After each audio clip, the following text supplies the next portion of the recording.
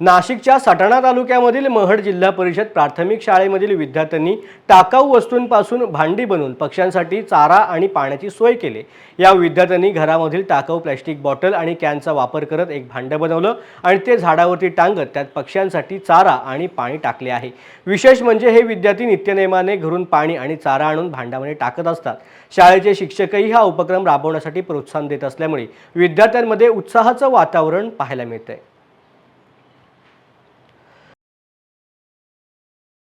परिषद प्राथमिक शाळा महड शाळेत अनेक प्रकारचे उपक्रम राबवले जातात। त्यापैकी एक उन्हाळ्याचे दिवस असल्या कारणाने या ठिकाणी कुठल्याही प्रकारचं पाणी नाही, काठवण भाग असल्या कारणाने पशुपक्ष्यांचं पाण्याची व अन्नधान्याची सोय व्हावी म्हणून आम्ही पक्ष्यांसाठी पाण्याची सोय व धान्याची सोय केलेली आहे। असा अभिनव उपक्रम आमच्या विद्यार्थ्यांमार्फत या ठिकाणी राबवला जात आहे।